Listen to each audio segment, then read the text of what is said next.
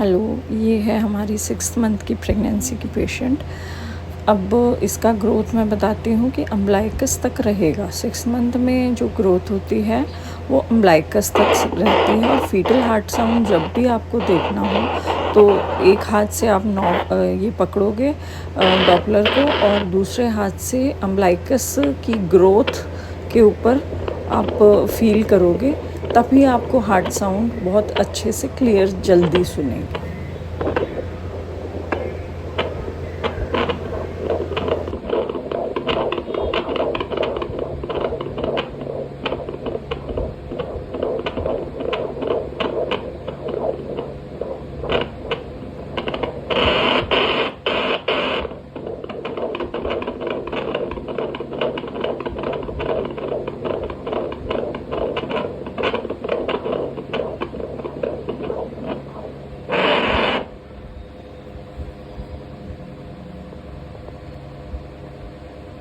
कोई दर्द वगैरह तो नहीं है? नहीं।